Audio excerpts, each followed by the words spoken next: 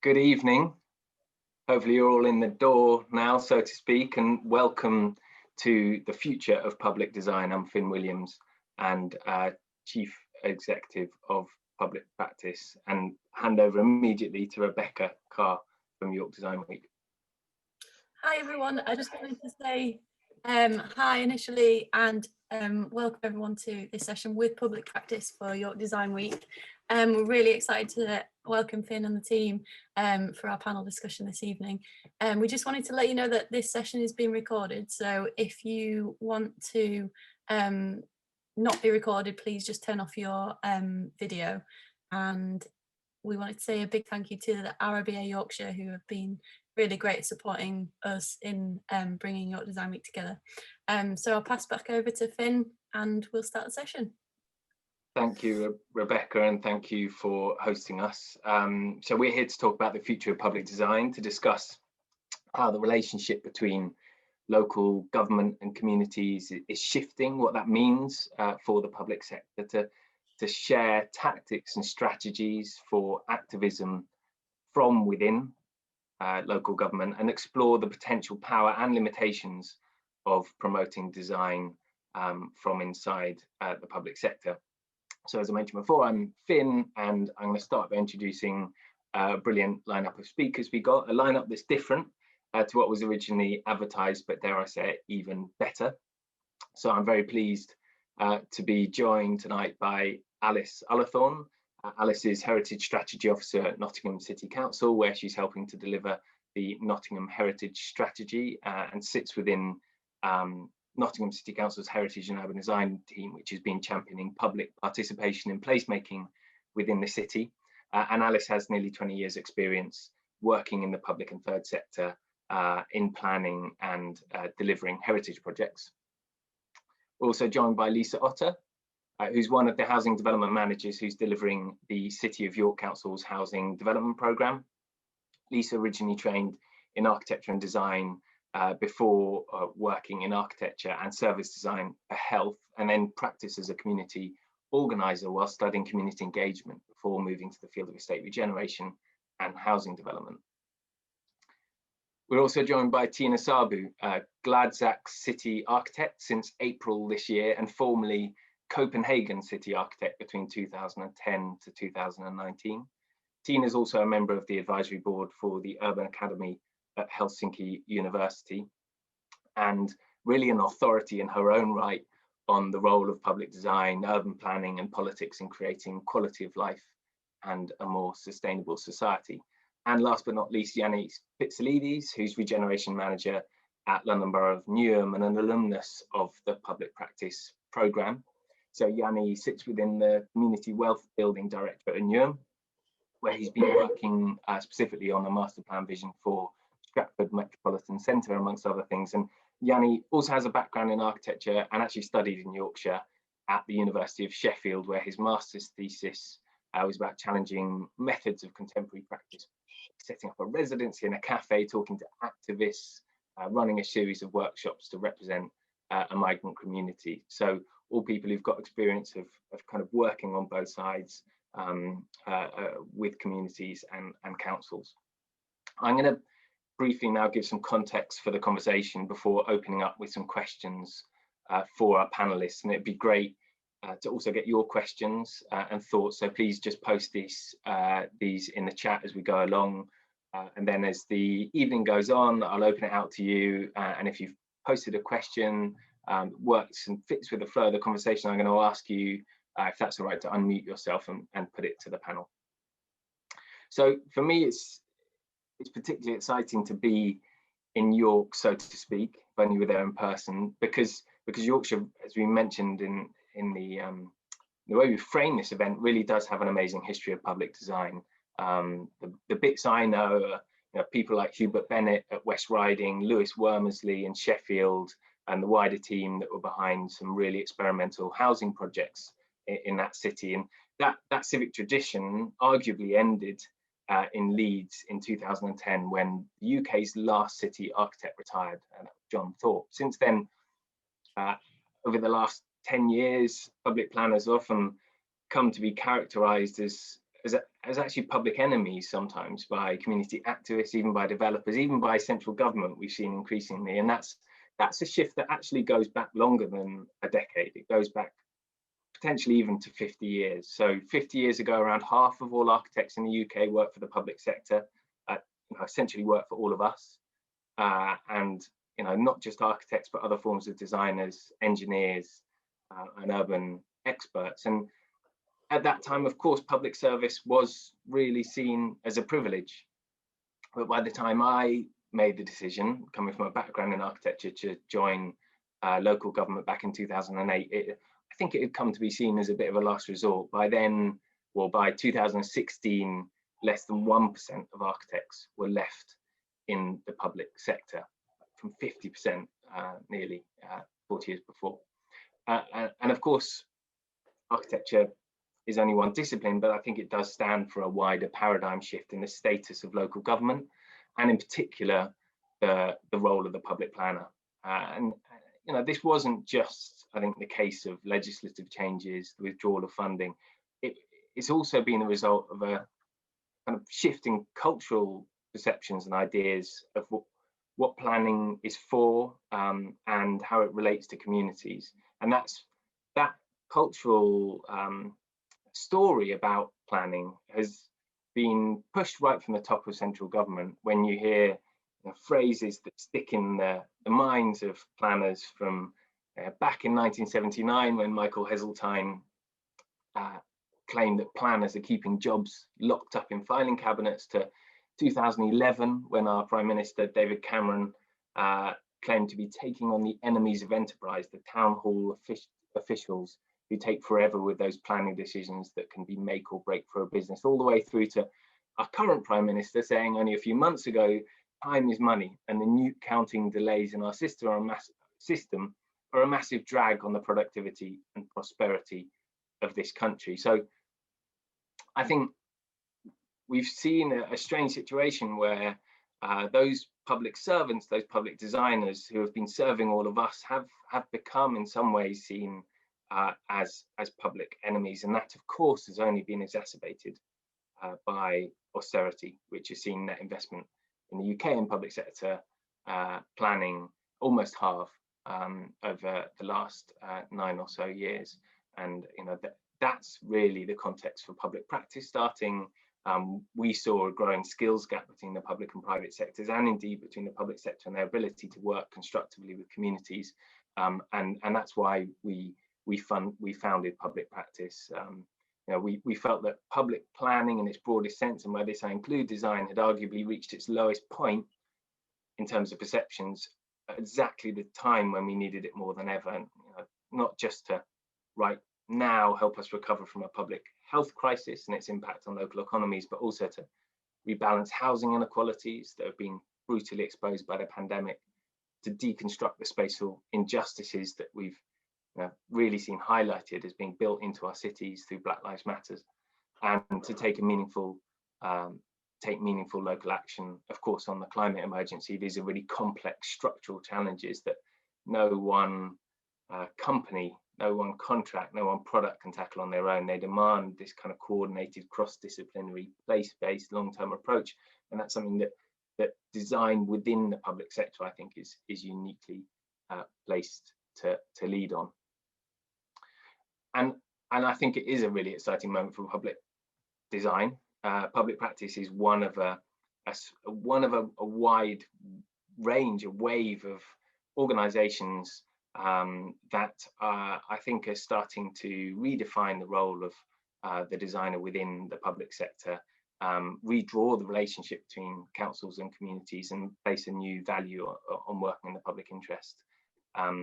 And hopefully that is the subject that we're going to explore today with our panel.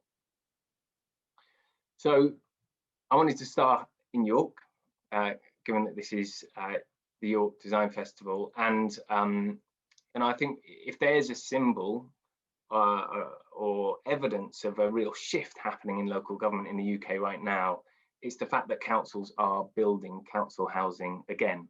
And this is a really significant wave that we're seeing happen nationally. We're seeing it with the authorities we work with in the southeast in London. I think we're now up to over 2/3 of councils are actively involved in building council housing, in many cases for the first time in decades, and from a point in the 2000s when councils as a whole were only building I think double figures of homes a year nationally. So I wanted to ask about York's own housing delivery programme. So Lisa, could you tell us how you see this new wave of council-led housing continuing from or actually departing from that last great period of public sector housing delivery in the 50s, 60s and 70s, and perhaps explain a bit about the context for York's housing delivery programme and what's happening? Yeah, I mean, like those early housing programmes, you know, we also have a determination to use the opportunity really of development to respond to several of the most urgent challenges of our time. That would include the climate emergency, of course, and also fuel poverty. And so we're addressing that through carbon neutral, low car homes with great sustainable transport options. We're also looking as well at loneliness and isolation and designing communities deliberately for neighbourly interaction and shared spaces.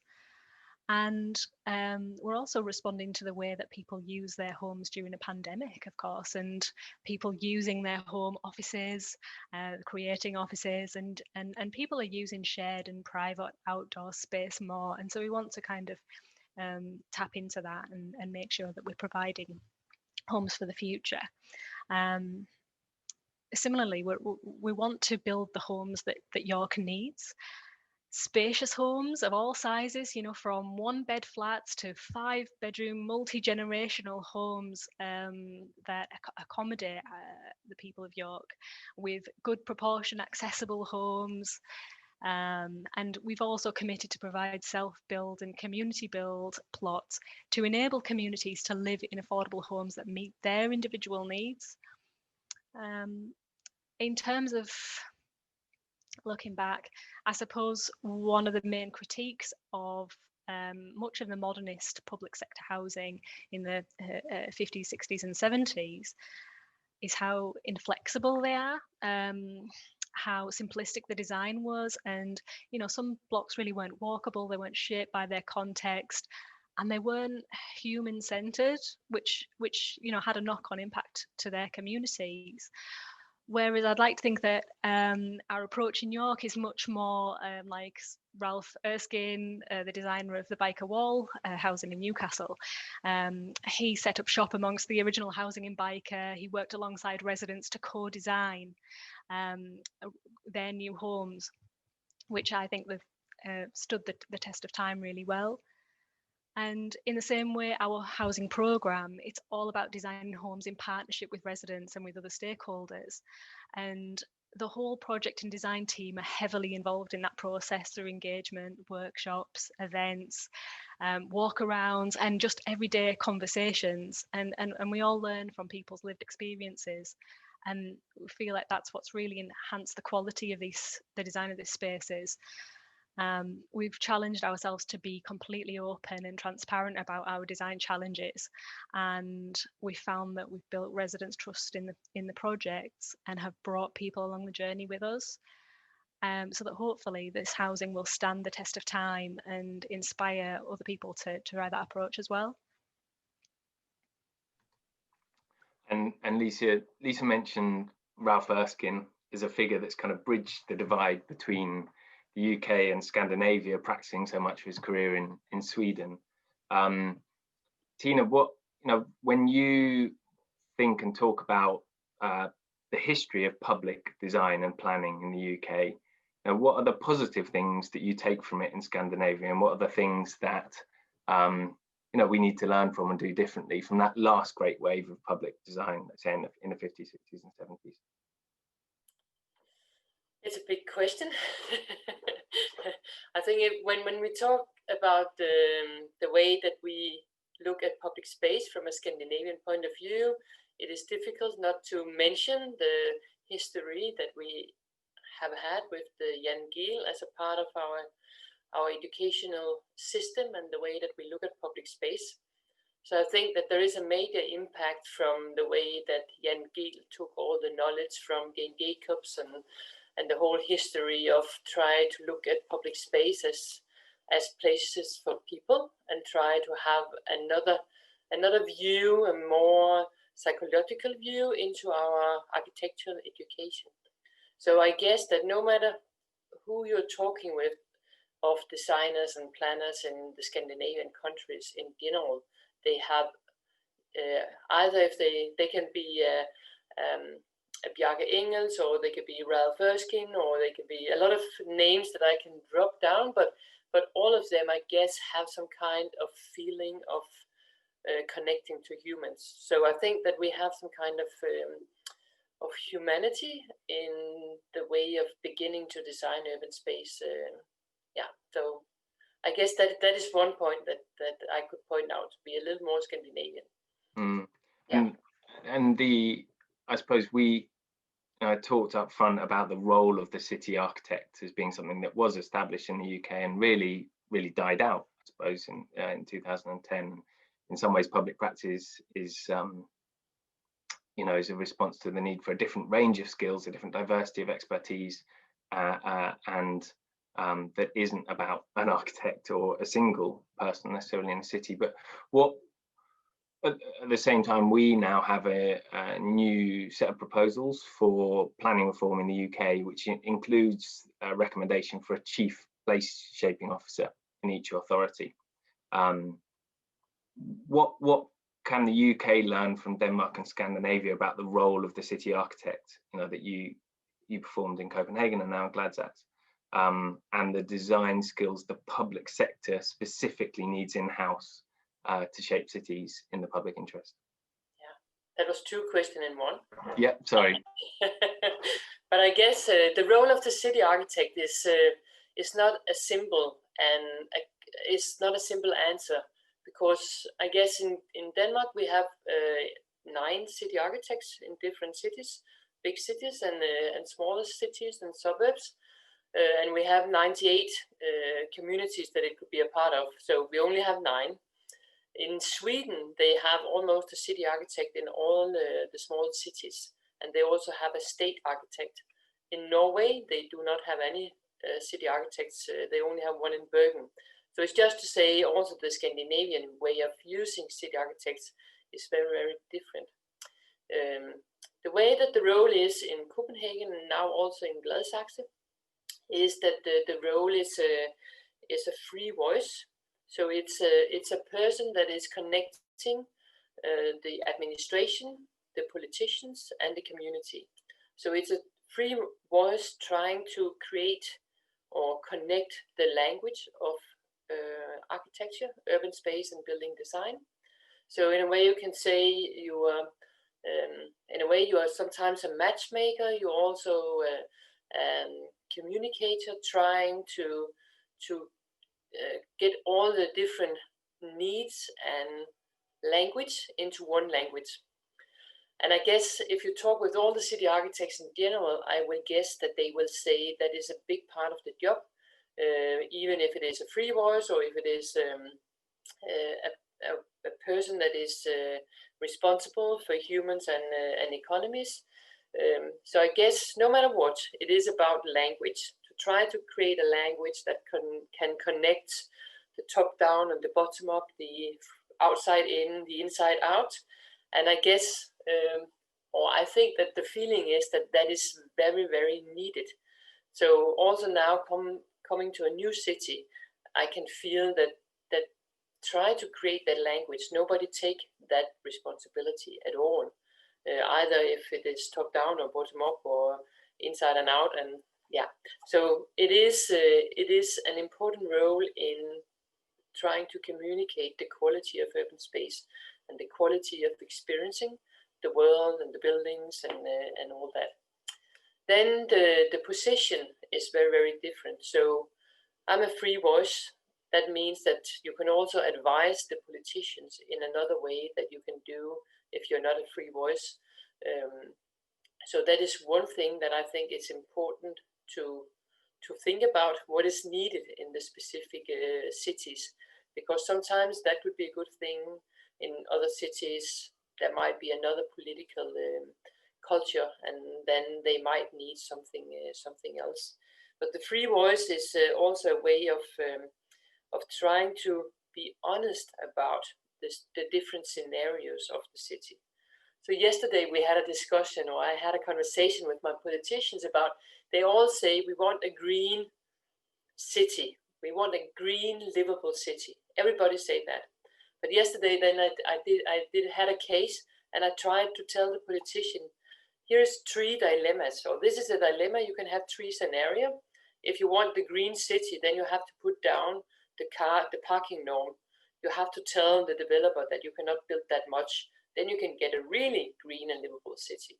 You can also go the other way and tell that the traffic safety might not be 150%, as our traffic engineer says, but it might be a good solution, but not the best one. Then you can have a lot of livability, but not as much as the other scenario. And then you can also make a scenario where it is totally safe for cars. It is totally good economy for the developer, but then you cannot have a green and livable city.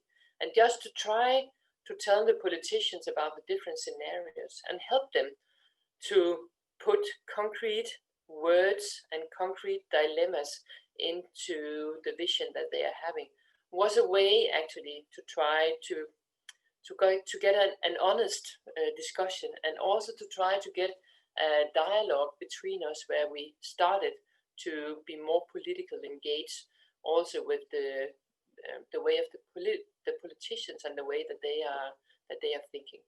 So it's just a small example of how that the mediating and the role of mediating, and nobody has that role today. And I see that when I go to Germany, to UK, to a lot of other cities, that role of communicating the different scenarios and the different consequences, not saying this is the only solution to go, but trying to help them have a possibility actually to try to be political, and not only say we want a green, livable city, but help them to also understand that they need to do something differently, and they also need to agree on something. Yeah. It's interesting hearing you talk about language. We often say at Public Practice that a good public planner is a polyglot, able to speak lots of different languages, yeah, and act as that translator or that mediator. And I wonder, Alice, coming to you, obviously you're in some ways performing that role through the heritage strategy for Nottingham. And I wonder how Vartina's description of her role mediating between those agendas of the public and communities with politicians resonates with the role you carry out and your team carry out at Nottingham. Absolutely, it very much resonated with what we try to achieve. I think first and foremost, if you're working within a local authority, you're a public servant, and I think we need to very much be mindful that everything that we do is for our citizens, and everything that we do is a kind of collaborative effort.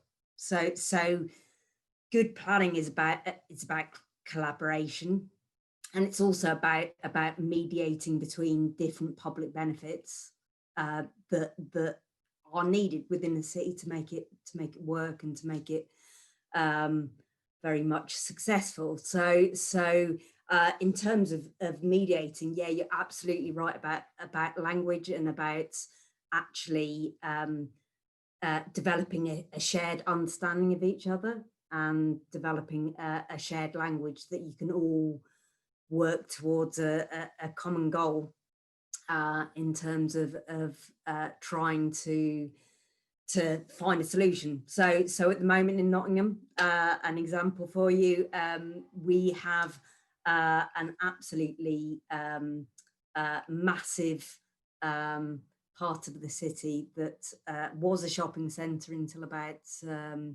3 months ago, and now is just kind of a whole, and it's called the Broadmarsh Shopping Centre, and it's right at the centre of the city, and it's just reverted back to the city council after kind of becoming a failure. So we have just been trying to develop an idea of how we actually form a shared understanding of how the centre of the city should be used in the future, and developing that with other people. So part of that is we've been working towards having a participatory approach to placemaking and planning in the city over a couple of years now. So we have an urban room where we can, which is the neutral space where everybody can discuss kind of placemaking and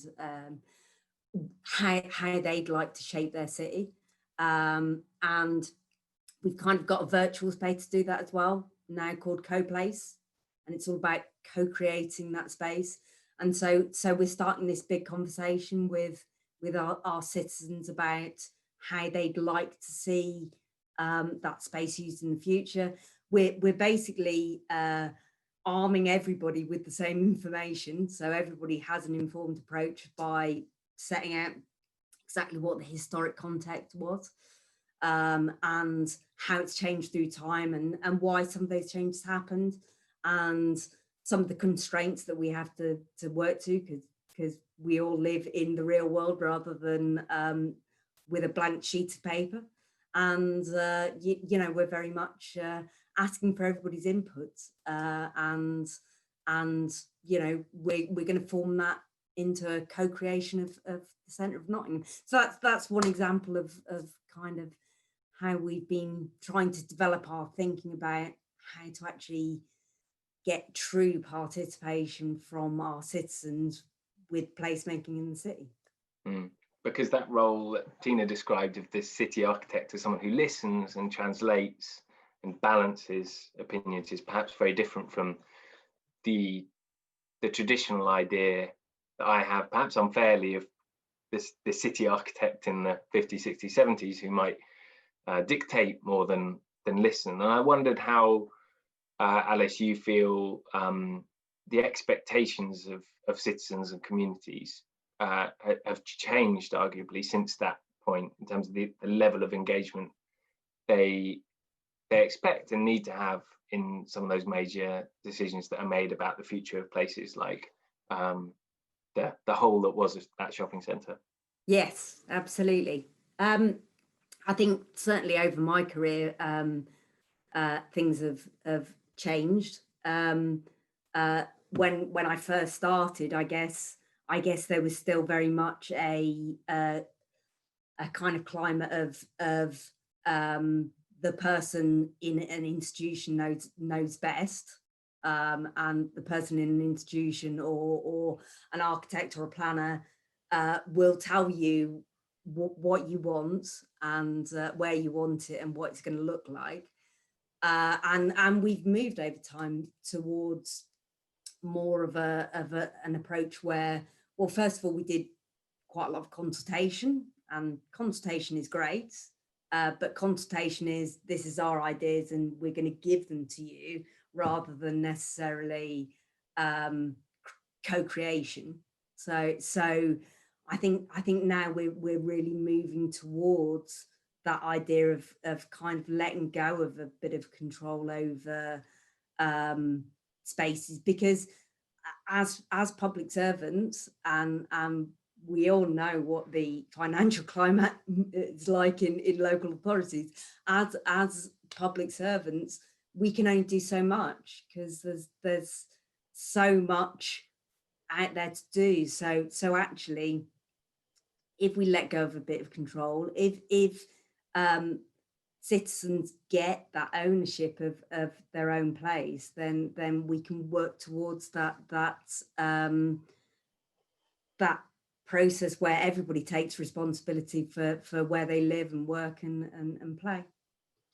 Thanks, Alice. I'd like to pass this on to Yanni now, because Yanni, you're working within the Community Wealth Building Directorate at Newham, which is led by Mayor Roxana Fiaz's really progressive ideas about really taking the knowledge, the capacities, the assets of an existing community as a starting point for any new kind of work.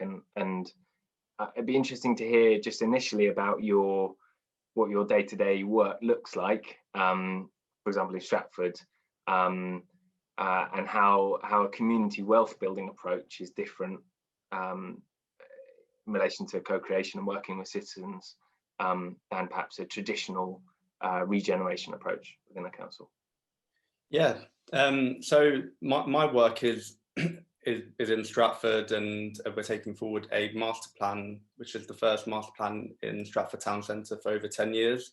And a lot of that master plan is about taking back control. So the LLDC and the Olympic development happened, and it happened to Newham. And this master plan that the mayor kind of wanted us to take forward is about Newham setting a vision for this area that has always been an area where things have happened to people rather than them kind of being part of that process. I think you see that in a lot of the other projects across Newham, so especially in the estate regeneration projects, so Carpenter's Estate and the Custom House East Estate Regeneration, they've kind of torn up the contracts, the kind of joint venture contracts that were being taken forward with developers, and they're now taking decisions back to residents and allowing residents to kind of to really have a say and to be part of the kind of design brief writing process, to be on the panel for kind of procuring consultants. And I think this might kind of be a slower process, but ultimately I think it's the right thing to do, really.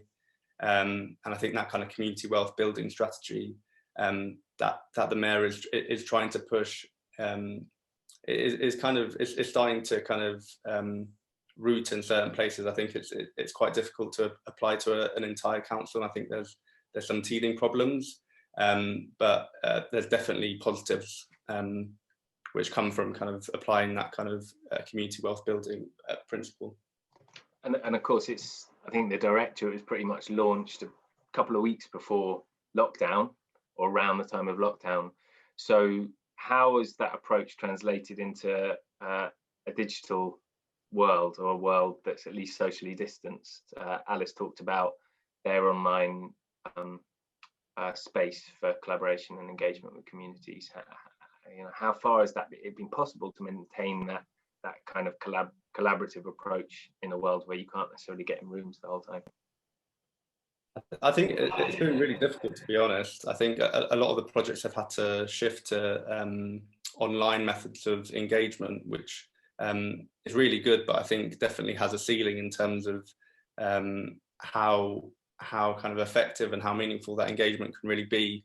And I think you kind of can start to see through online engagement how the council might view residents as just one thing.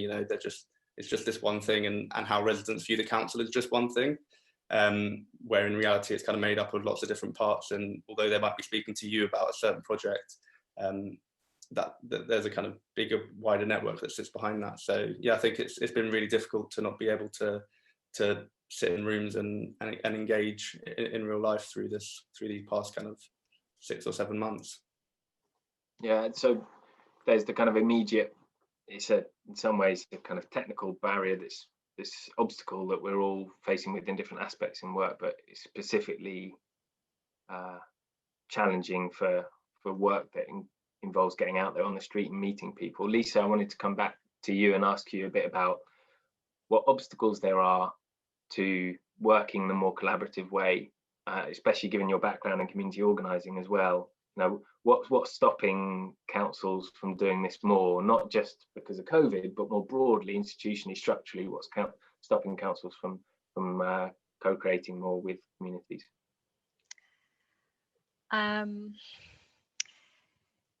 Yeah, I mean, it's I suppose it's difficult sometimes to as a public body, of course, you're accountable, and I think that there is sometimes a fear there.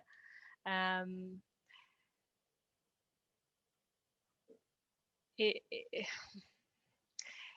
think there's a temptation as a department as well to kind of focus on the performance of your specific area and the agreed budget that you have, rather than focusing on how the overall system works in a kind of more holistic sense to benefit people. I mean, what we did as a council to overcome some of this was to establish and agree a housing design manual, which kind of sets some cross-directorate collaboration parameters, so that those kind of high-level aims and that strategic brief was defined at the outset. And as someone who sort of delivers the program and project manages, that effectively means for me that, you know, each directorate in York has signed up to deliver this ambition, and it's an ambition that that does relinquish power to communities. And so yeah, as a project manager, this has made the development process and conversations with colleagues an awful lot easier. And actually, that's a form of engagement and co-creation that shouldn't be underestimated. Just the work you do within your own organisation, but across teams and departments and directorates, which can be you know, a whole kind of discipline in itself. Those kind of collaborations, and it'd be good to hear about, you know, how that's also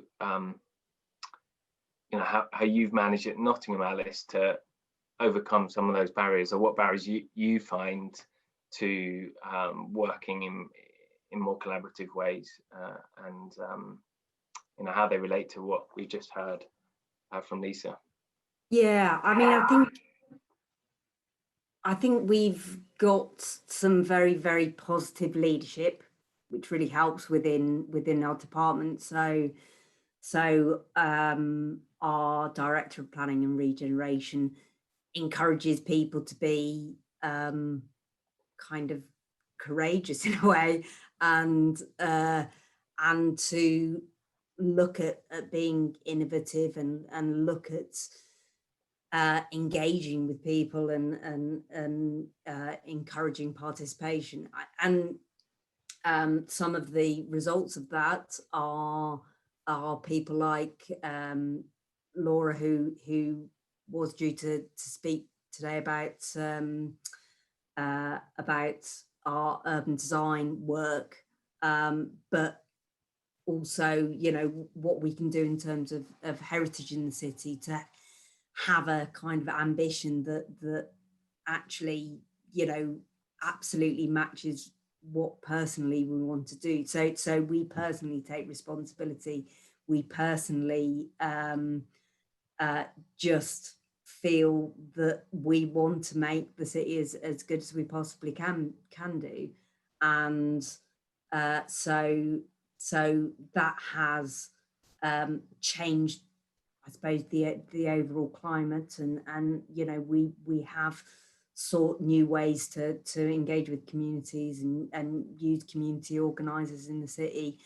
One of the key starting point for us, and I briefly mentioned it before, was having an urban room, having a neutral space in the city where people could feel relaxed about actually talking and collaborating. So I think one of the biggest barriers for people engaging is kind of crossing thresholds.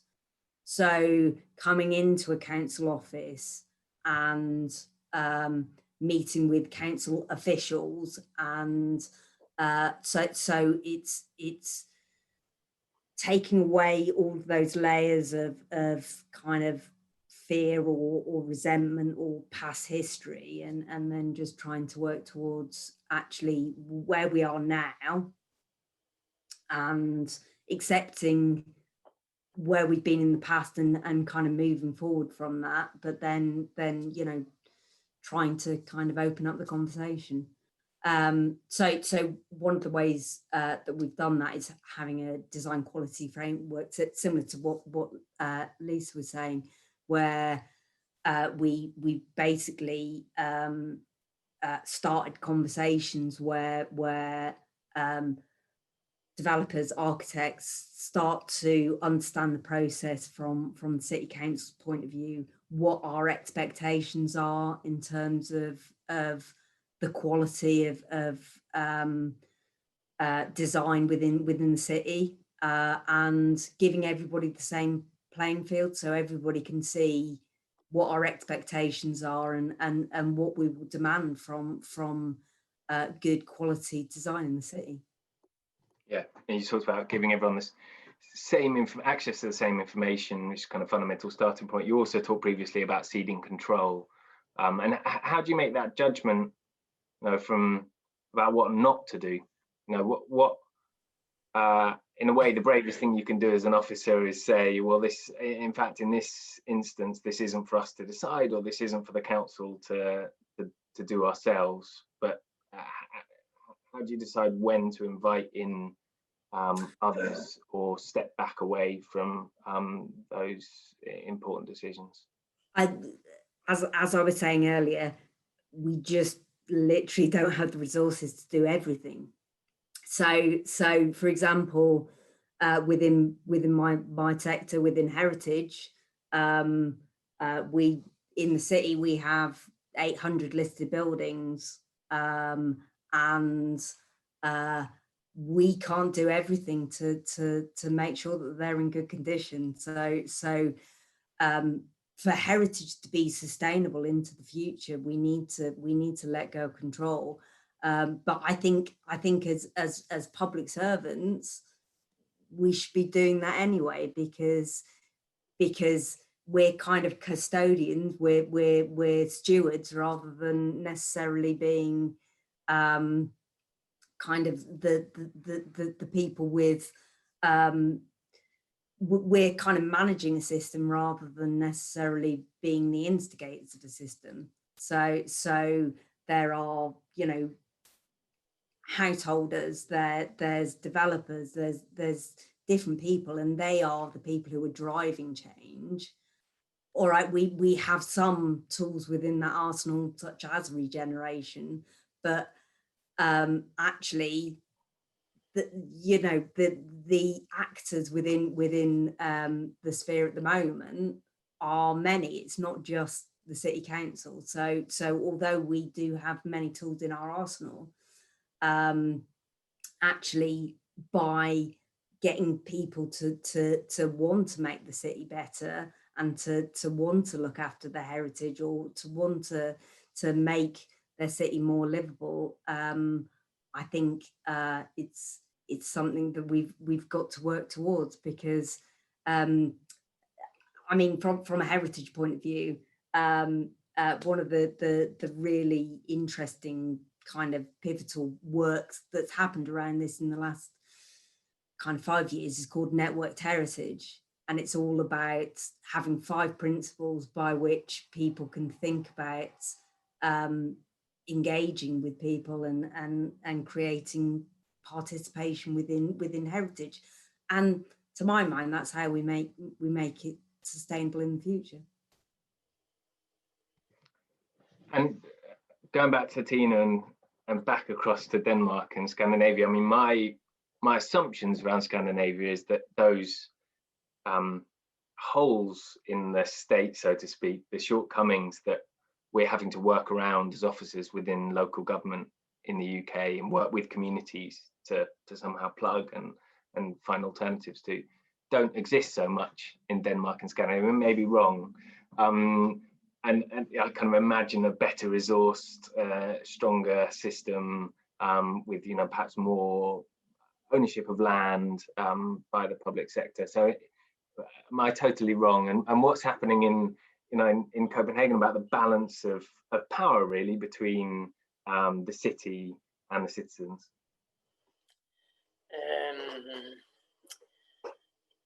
It's a complicated question because there is, of course, a lot of diversity in projects and a lot of diversity in different developments in general. So it's not a simple question.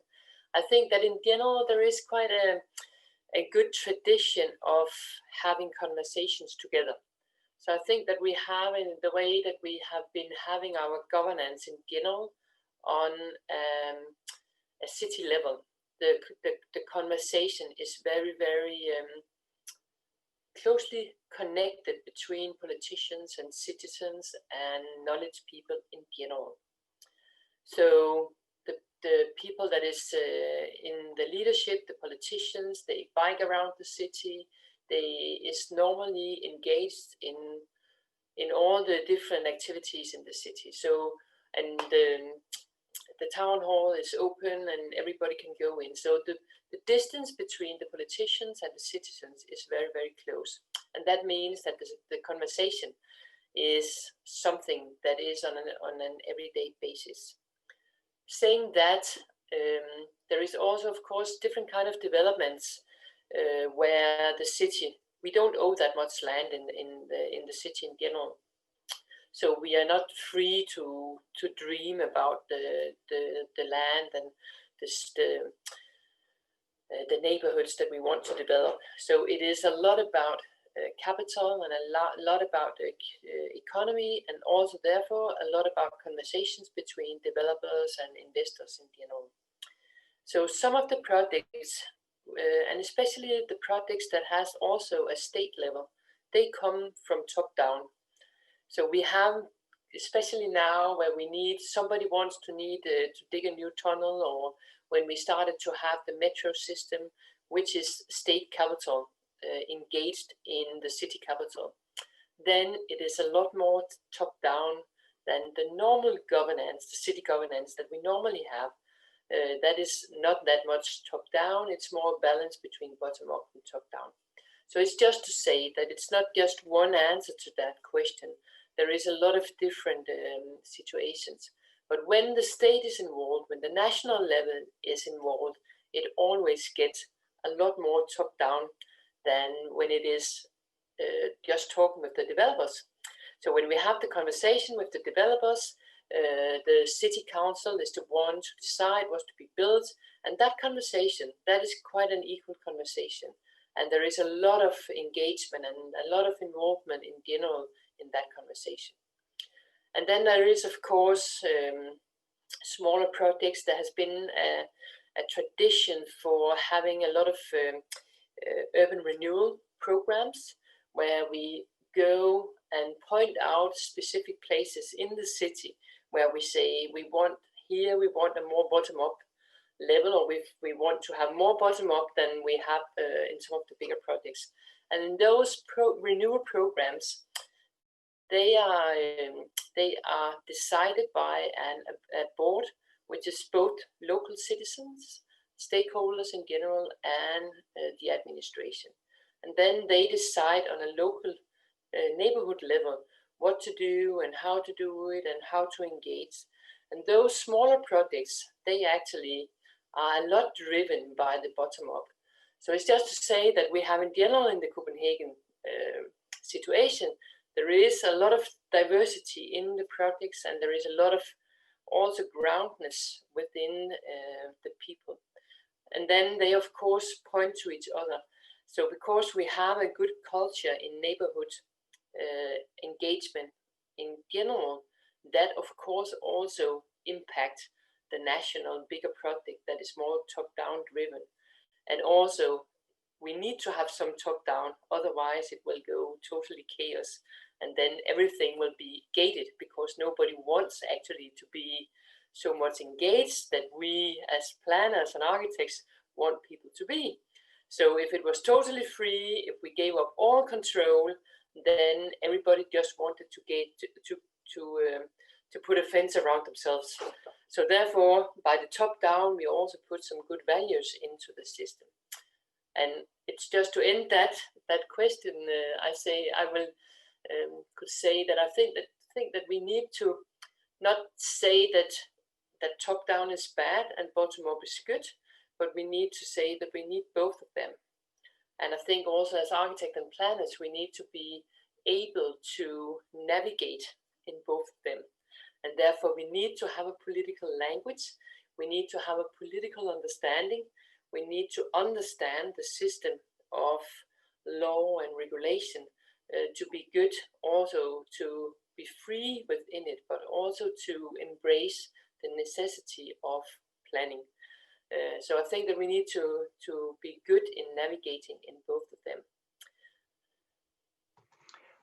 And that's so interesting to hear. And I think we see through public practice and our network of associates, sometimes coming from backgrounds working more directly in bottom-up ways to suddenly being in a position where they are part of an institution that's at least perceived from the outside to be working in a more top-down way, that actually there's a question around scale. Yeah, definitely scale of projects where, of course, it is more immediate and tangible to work from the community perspective on those smaller projects.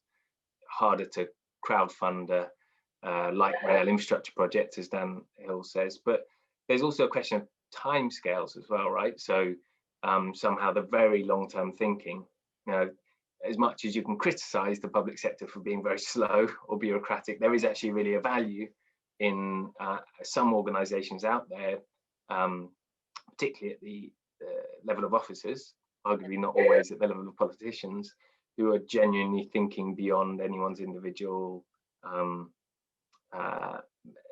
timescale of economic returns or even lifespan, but thinking genuinely about the kind of the heritage of a place in the past, as Alice is doing, or the really long-term future of some housing, as Lisa's doing. And Lisa, it'd be great to hearing Tina describing that process of working with communities, mediating between top down and bottom up, and also seeing the comment there that's just come in through the chat about the way you've approached the housing design strategy and the difference that's had in terms of how you've worked very genuinely between the council and residents. It'd be good to hear a bit more in detail about what that's really looked like on the ground, what's worked and what hasn't, and what you'll take forward for potentially future housing schemes as well. Yeah, I mean, I completely agree. I think it absolutely is. It's that combination, isn't it, of you're only really going to get transformation when you have this kind of bottom up and top down working in partnership together across, well, political spectrum, economic spectrum, spatial spectrum. There's what I've missed. Social spectrum, in all of those kind of areas. And yeah, I mean, certainly we've sought to engage an excellent multidisciplinary design team who have helped us in the journey of engagement work, and in particular Angela Koch, down there somewhere. Hello. And yeah, so the journey's been really interesting and quite intense in comparison to your sort of normal design and development work.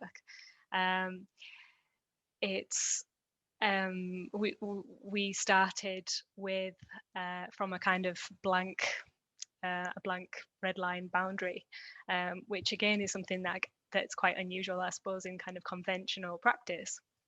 And we very much tried to be very open and honest and really level with the people who we spoke to, be it stakeholders, residents, local businesses, for example, on one of the sites that I've been project managing.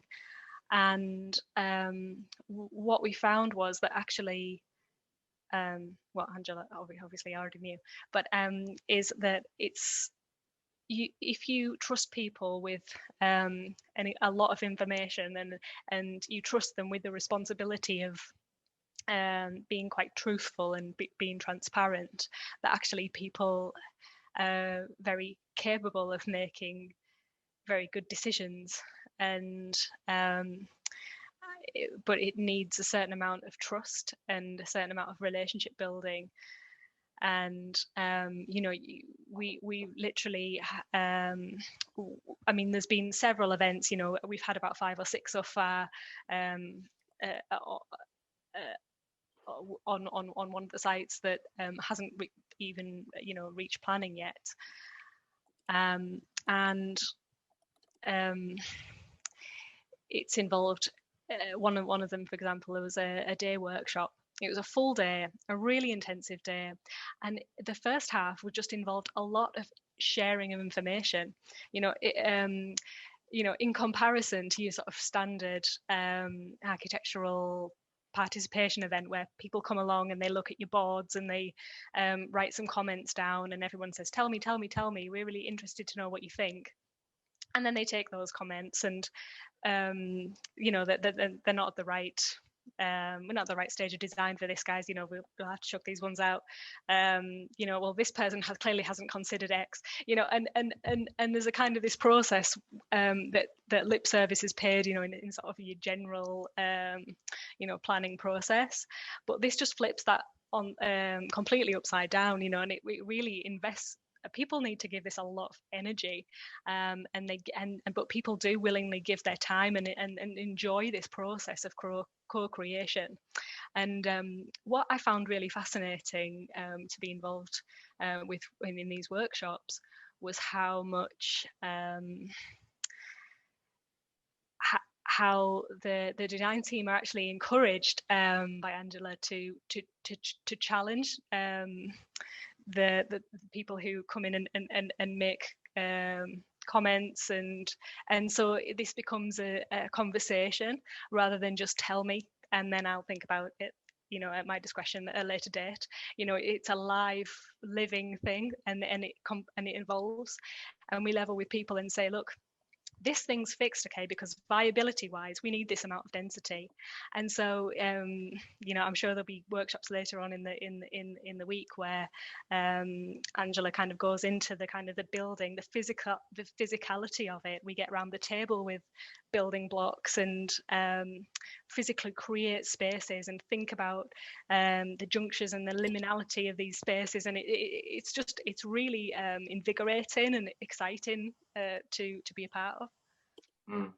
It sounds amazing, and it's so different from the kind of preconceptions of the planning process or even the role of the public planner that, you know, I mentioned in the introduction, being typecast as newt counters or enemies of enterprise. This is is a far more open and creative and kind of reciprocal relationship. And Yanni, I wanted to come back to you. You know, as someone who's kind of only relatively recently joined the public sector and had practiced, you know, together with activists and from a kind of perspective of community activism in the past, and that being the theme overall of York Design Festival, I wanted to ask you how far your experience of entering the public sector has reflected those preconceptions about local government being slow, bureaucratic, top down,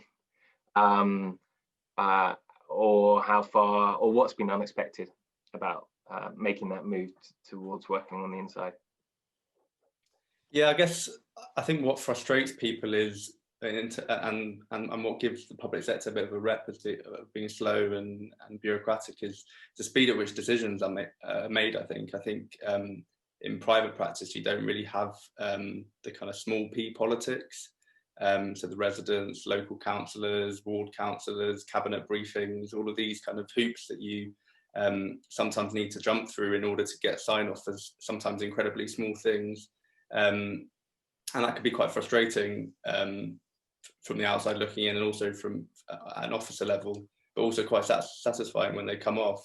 I'd also say kind of councils are by their own nature quite risk averse. I think it's sometimes about taking the kind of first few steps in changing the thinking around things.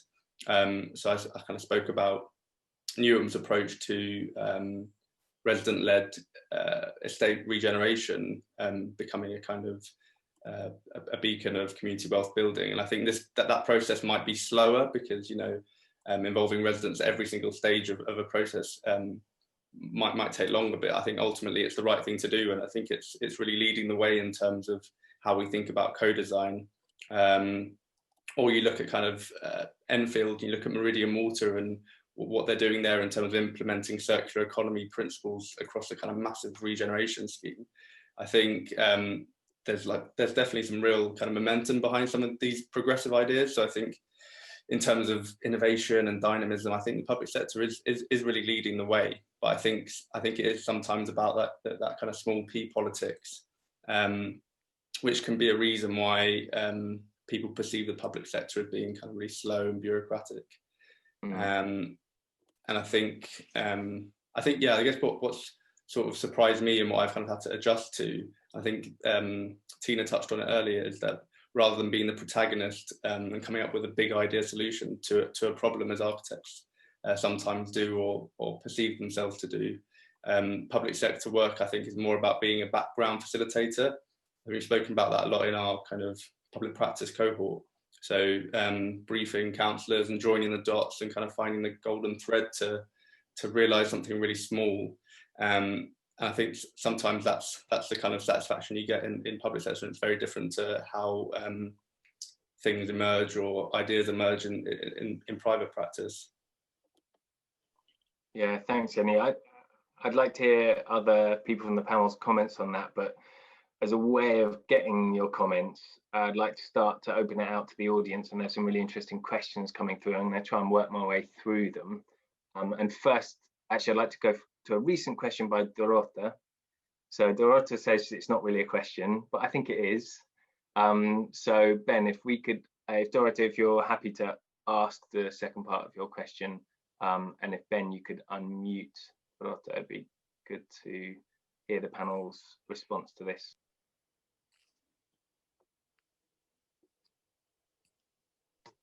You there?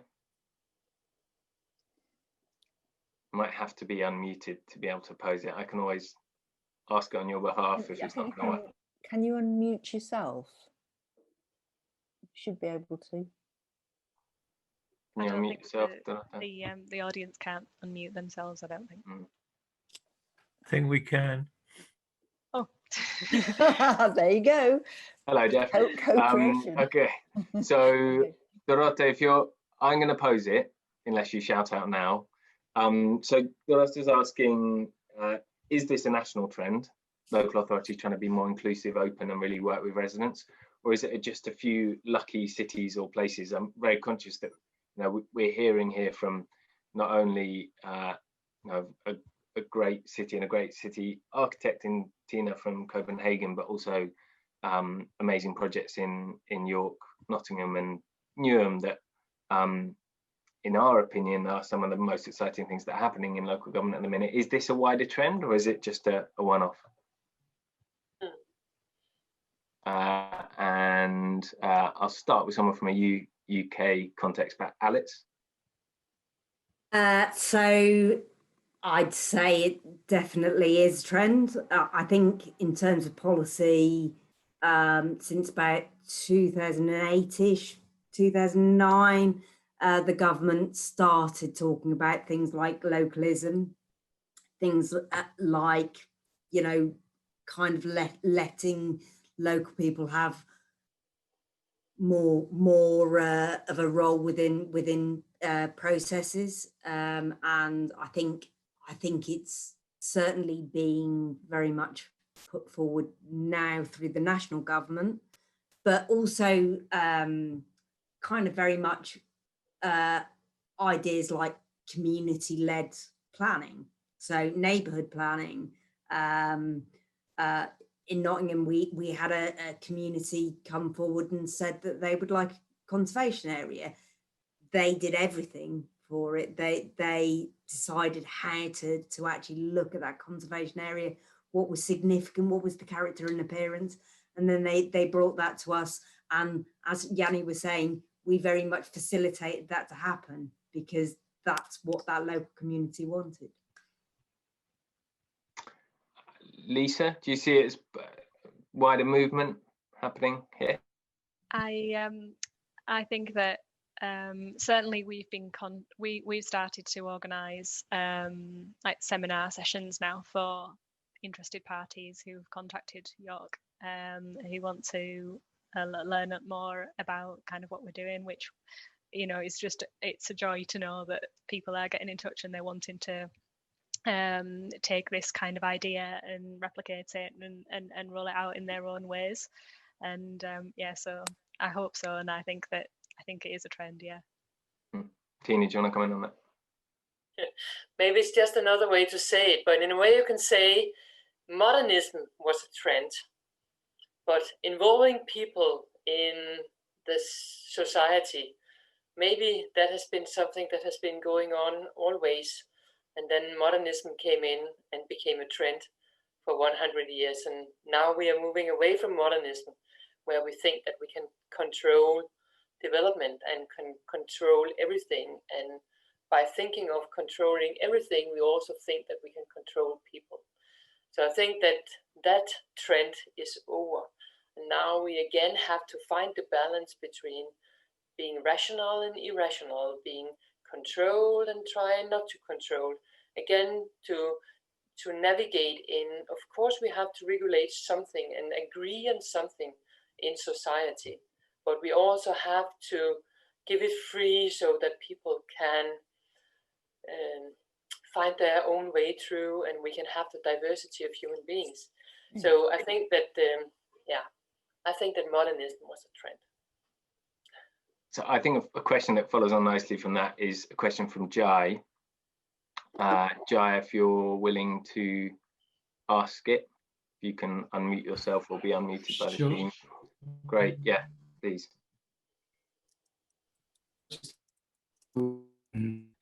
Promote imagination in planning process and in councils.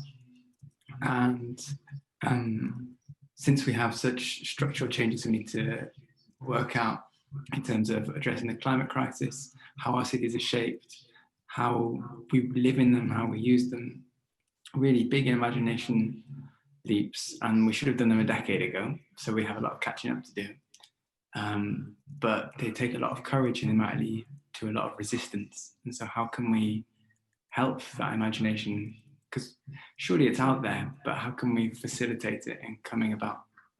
I don't know if people caught the beginning of that, because there was a bit of buffering, at least on my end, but this question that's in the chat about encouraging wild imagination in planning and in councils. So who from the panel would like to take that on?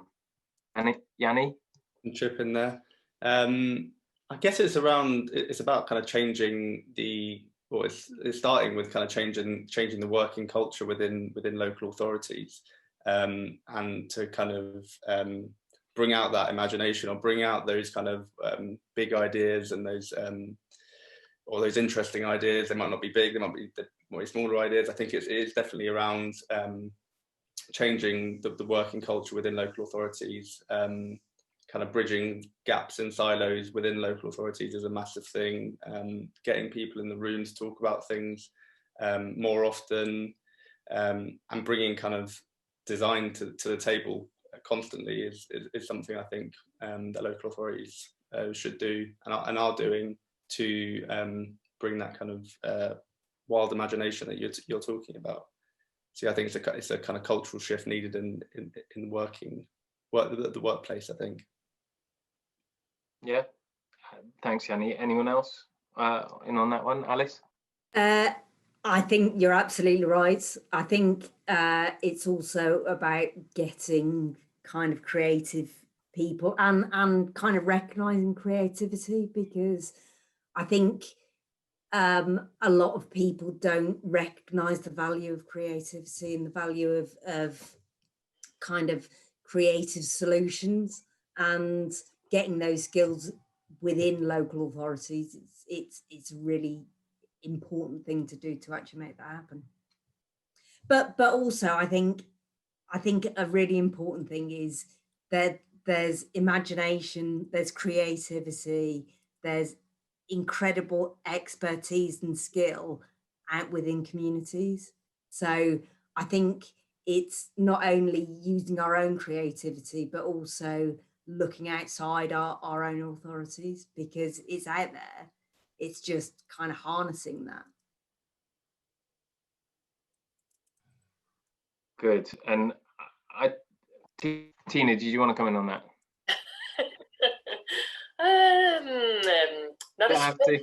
Not especially, but there was a thing that I was reflecting also about, because in the beginning, where you mentioned, Finn, that how many of the educated planners and architects that was working in the municipalities and the public service. And when you were saying, was it 1% or what did you say? Yeah, from 50% to less than 1%. Yeah.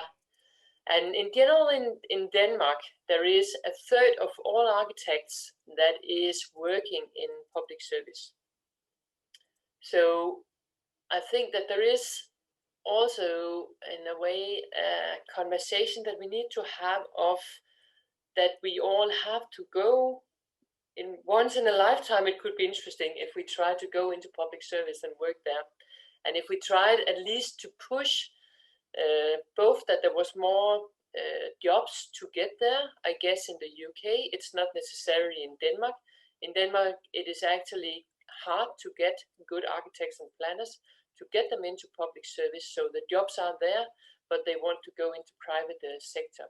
But there is, in a way, there is a conversation that we need to have about that we ourselves has to be more political engaged, and that we also, in a way, want to go into public service so that it gets more creative, and that it is not something that we can only get from the outside, either from architects from the outside or citizens from the outside, but we need to get the creativity into the public service, which means that we all, in a way, have to be interested in the public service and the jobs in the public service. Yeah, and I think it's just interesting when you said 1%, because still in Denmark, it is around a third that is working in public sector in general, both on national level and public and city level. Well, it's very interesting to hear that perceptions of working within the public sector are still a challenge, even somewhere like Denmark, when, you know, with such high percentages, and certainly that has been a barrier, has been an issue for public sectors building their capacity, is simply attracting people to apply, full stop, and is one of the reasons why public practice was set up. It's not that there aren't already brilliant people working in the public sector, but it hasn't been on the radar for a lot of people actually applying. So it'd be good to hear perhaps from each of you, or those who want to chip in, on, you know, what motivated you to go into working for the public sector, and how do we make more people interested in that as a career path? Perhaps Lisa, do you want to come in on that? For me, it's just the joy of being able to work on something for the public good, and that being the kind of the primary aim. I think that the public sector is just uniquely positioned. It is difficult, and there are a lot of different stakeholders, and that and it's complex. But ultimately, you're there to perform that public service, and yeah, I just find that quite liberating in a sense. For example, you know, with the housing delivery programme, you know, thinking about the type of homes that people need, and instead of being driven by, you know, core house types and only 2 and 3 beds because that's what sells them the best, you know, think about, well, what about people who have you know, multi-generational families, or these people who are children of families, but they're waiting to save for a deposit for a house. You know, is there a way for them to live, to improve their lives in a better way, and kind of find solutions, rather than being driven by profit? Yanni? I think for me, my motivations were, I guess, curiosity. I was just curious about being kind of in the private sector, who was writing these design briefs, how were they being written, and I was just curious to see how that kind of system worked. And I was also, I guess, I sort of didn't feel like I was contributing in the private sector, the kind of breadth of stuff that I'd kind of taken from my education at Sheffield. I think, I guess it's less of a motivation, but something that surprised me, and I think is something that should be celebrated.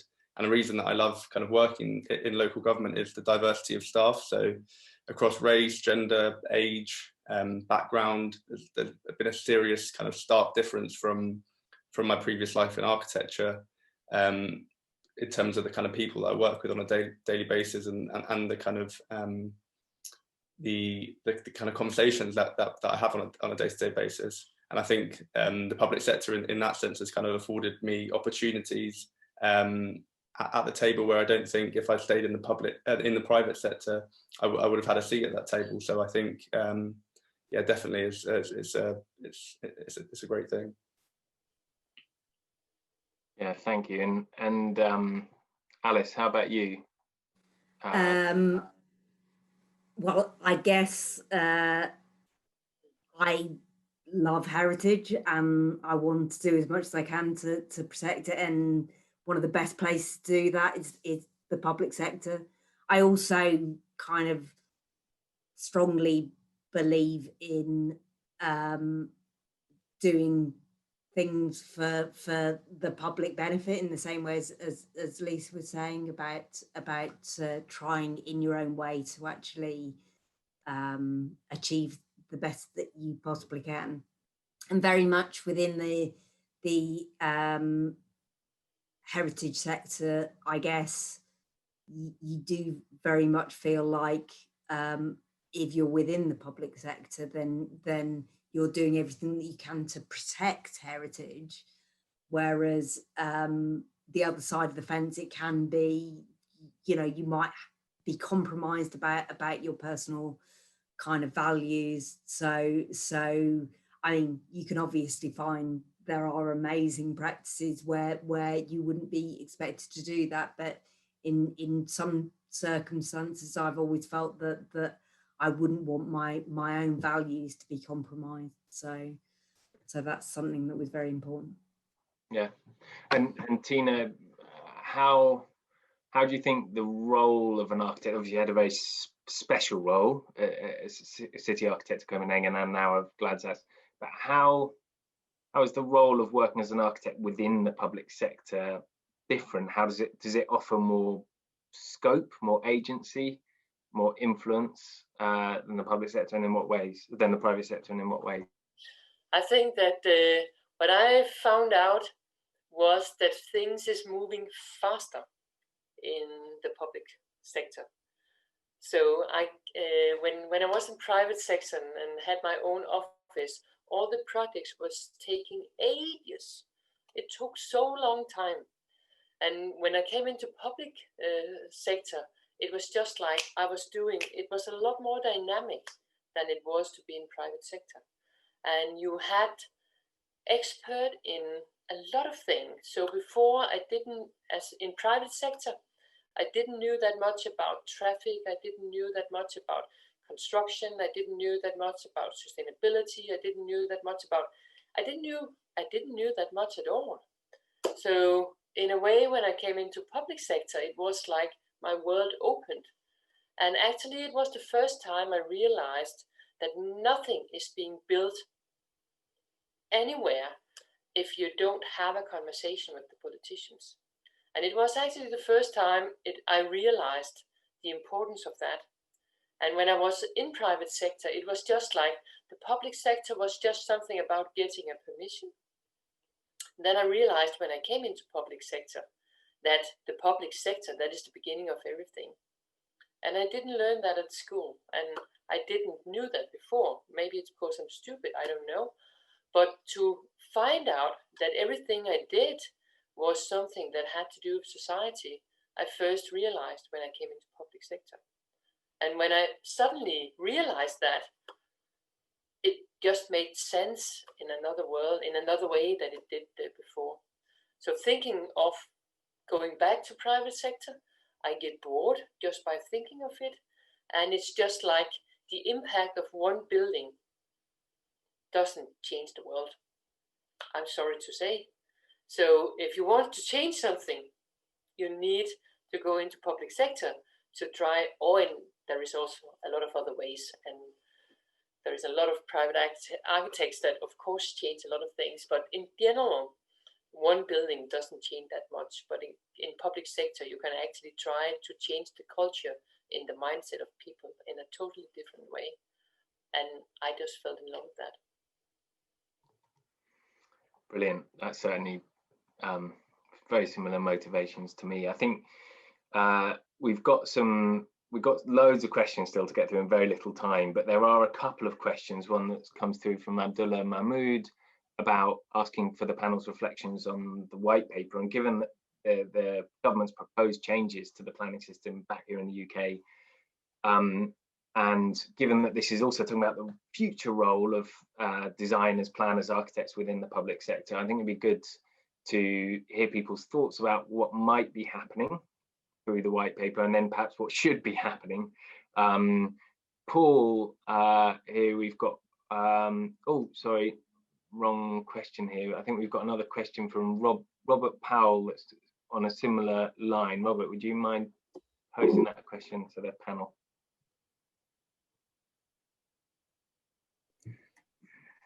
Yeah, well, the latest planning white paper would seem to threaten much of what's being so positively discussed tonight and described as a trend.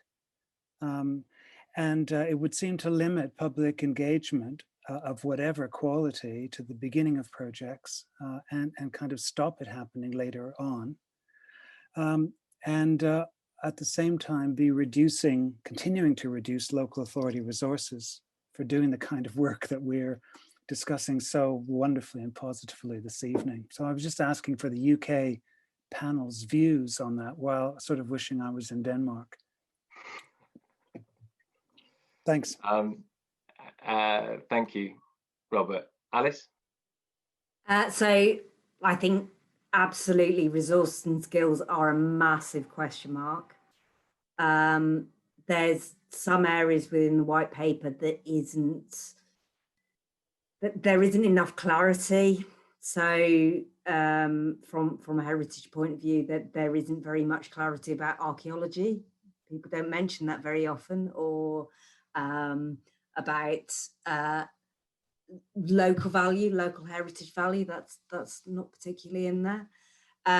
There's big issues about democratic accountability. At the moment, we have a very democratic system in terms of, you know, that there's a very clear process, and there are elected representatives who, you know, they have to be re-elected on a regular basis. So you know, there's certainly public accountability in that, and there's, you know, several issues about moving from kind of a very site-specific system to a kind of zonal system where it seems to be slightly painting by numbers. But some of that, I'm sure, is very much personal opinion. Not necessarily Nottingham City Council's official position. Lisa? I'm not sure on the detail really of the white paper as yet, but I mean, all I can say is that, you know, I do feel like the process that we've gone through as a project team and a design team has been incredibly useful, and you know, very much up to planning stage. It's been helpful to be able to refine our understanding of the spaces with local people and with stakeholders. And there is, to look at the positive sides, the opportunities within planning reform. There is a real emphasis on greater engagement and participation at the earlier stages, further upstream in the planning process, when you do have more opportunity to influence a lot of the fundamental expectations of planning around, as has been mentioned in the chat, things like, you know, setting expectations that will determine land value, that will actually impose the kind of policy framework on a place. However, certainly as it's currently positioned, there's the threat of a lot of democratic engagement being taken away at the other end. And I think a lot of that's still all open to influence. And in fact, if anyone's particularly passionate about it, you've got about 24 hours to submit your representation to the Ministry of Homes, Communities and Local Government. And the deadline for that closes tomorrow, and no doubt we'll be hearing more about that. I'd like to try and end on a positive point. So looking forward, hopefully, at what we think needs to change about the role of the designer, the architect, the planner in the public sector. I'll go to Yanni and then Tina, because we don't have much time left. But it'd be good to, good to hear from you about how you'd like to see that role change in the future. Yeah, I guess some positive. I think I agree with all of Alice's points around the white paper and the impact on engagement. But I think there are some positives in that around design. So that kind of idea of a national design code and more local design codes earlier on, kind of upfront design visioning, which kind of chimes to some of the stuff that Tina was talking about. I think that's a really good thing. And Finn, you were talking about the kind of new role of Officer for Design and Placemaking, which the white paper suggests every local authority will need. But I think the kind of big question, I try and keep positive, but I think that the kind of big question is about investment, really, and whether this government or the next government, or whoever takes this forward, will be willing to properly kind of financially support these new roles and future new roles that will have to support a lot of the kind of claims they're making in terms of really putting design at the kind of front of the agenda in terms of that white paper. So yeah, I think that's kind of positive. I think that's a slightly positive end, but yeah. Thanks, Yanni. And Tina, what should the UK be doing? What should England, given that those planning reforms relate to England, be doing to take the best from Denmark? I think it's so complicated. So it's not a simple answer. One of the things that I think that we often miss in all the discussion of designing, people engagement, conversations, and all the processes around designing things is that there is a lack of understanding of the design process, the professionalism of it, the time of it in the public sector. And that's why it's not only about getting the processes of engagement and involvement and things like that. That is very, very important.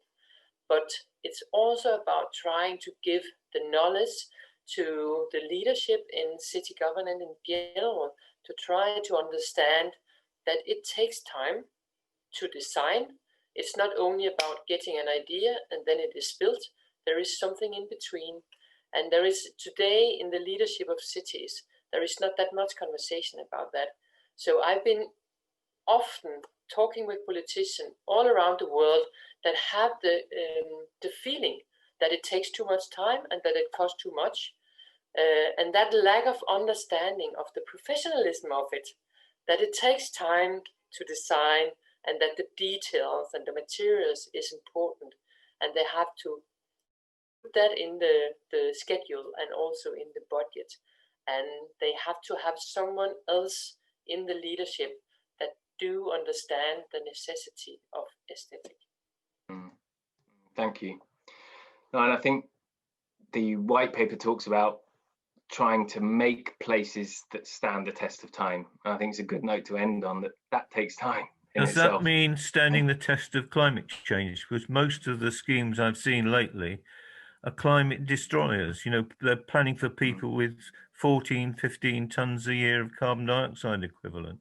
And that's, well, I think it's really serious. Even the ones in York, the Goldsmith Street, the one in Nottingham as well, not Nottingham, in Cambridge as well.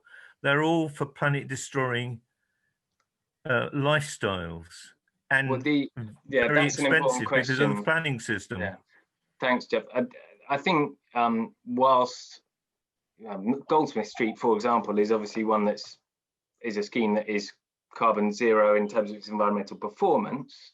The reality is that any building uses a lot of ends up using a lot of carbon, and a big question for us is, when do we not need to build, as well as when do we need to build? There have been a lot of questions in the chat. I haven't been able to ask all of them, and specifically, less the ones that about York, partly because I just don't know the context of York so well. And this is a conversation that I think, as we've had it so far, has been really relevant and interesting for me, and hopefully all the way across England and beyond, all the way to Scandinavia. If all of this hasn't put you off the idea of joining the public sector, as Lily has put in the chat, the application window for public practices spring 2021 cohort is now open. And if you're already in the public sector, we're also welcoming expressions of interest from authorities to host applications. All applications are due by the 23rd of November, and you can check publicpractice.org.uk for more details. That link's in the chat. Another plug I'd like to do is for sessions on Friday, and there are some links that are already in the chat around that. Amazing range of sessions, including with Angela Koch and Mikhail Riches, and we've heard about that scheme already this evening, as well as Alistair Parvin, David Rudlin, panel discussion on citizen-led action in cities, which will hopefully continue this conversation further. We're past our allotted time, so all that leaves me to say is thank you to all of our panelists. Thank you to York Design Festival and RIBA Yorkshire for hosting us. And thank you to all of you for tuning in and taking part. Bye.